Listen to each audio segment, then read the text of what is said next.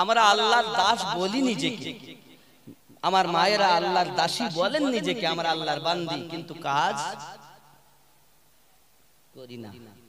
সুদ ঘুষ মদ জেনা মিথ্যা এমন কোন পাপ নাই যে আমাদের দ্বারায়,